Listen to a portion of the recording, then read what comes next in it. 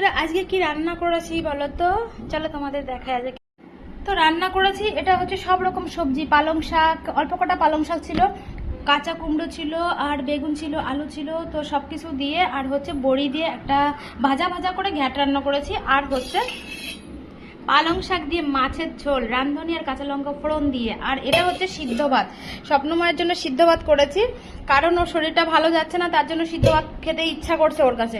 তো তার জন্য ওর জন্য সিদ্ধ ভাত রান্না করেছি, ডিম সিদ্ধ, আলু সিদ্ধ, বেগুন সিদ্ধ। আর স্বপ্নময় এটা খাবা আজকে?